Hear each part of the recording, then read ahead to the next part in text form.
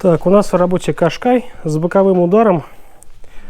Двери показывала, какие были, которые есть сейчас донорские. Конечно, они в более лучшем состоянии, чем те, но тем не менее. Что-то рихтовано, но хреново. Это не рихтовано, будем рихтовать. Путем несложных манипуляций, колочения всего, что колотится. То есть повыбивал здесь арку, здесь немножко клеем, потянул это место, потому что было проваленное.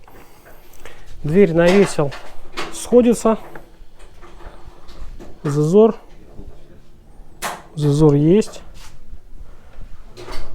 Посередине зазор также у нас присутствует. И по передней части он тоже есть.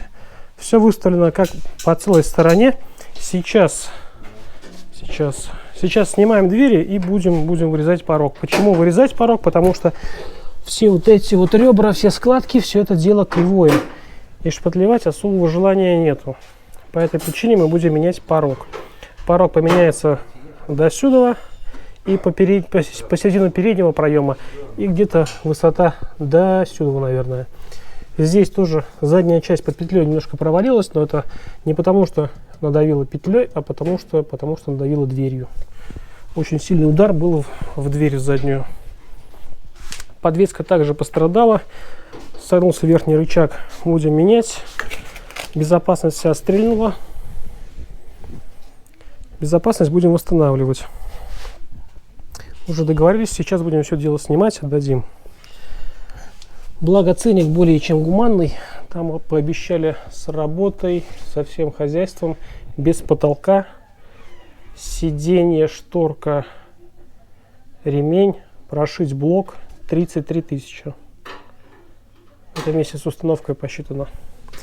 Как-то так. Здесь по передней части замятие заканчивается где-то вот здесь. Потому что вот эта вот полка, ее затянула и дверью примяла. Вот этим вот ребрышком придавила.